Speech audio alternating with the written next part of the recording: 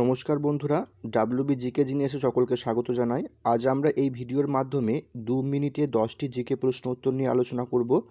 আজকে আমাদের ক্লাস নম্বর 21 এই ভিডিওর মাধ্যমে আমরা আলোচনা করব এবং এখানে যে প্রশ্নগুলো নেওয়া হয়েছে সেগুলো বিগত বছরে বিভিন্ন পরীক্ষায় এসেছে, সেখান থেকে নেওয়া হয়েছে।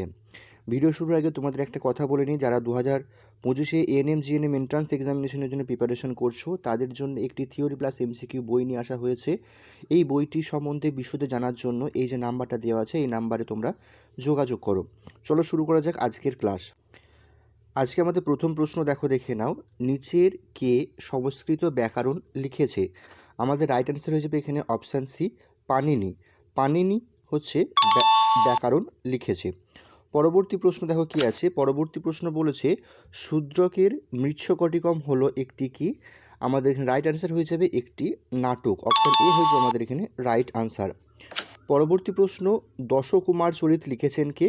দশকুমার চরিত কার লেখা? দশকুমার চরিত হচ্ছে দণ্ডির লেখা। অপশান এ হয়ে যাবে আমাদের এখানে রাইট আনসার।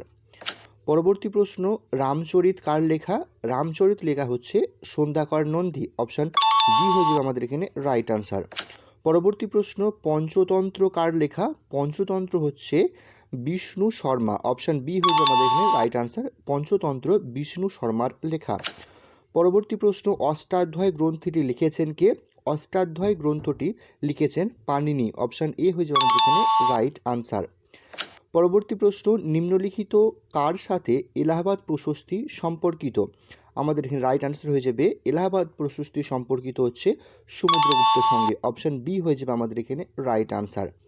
পরবর্তী প্রশ্ন, মেগাস্তিনিসের লেখা বইটির নাম কি? আমাদের এখানে রাইট আনসার হয়ে যাবে কি? Option A, ইন্দিকা।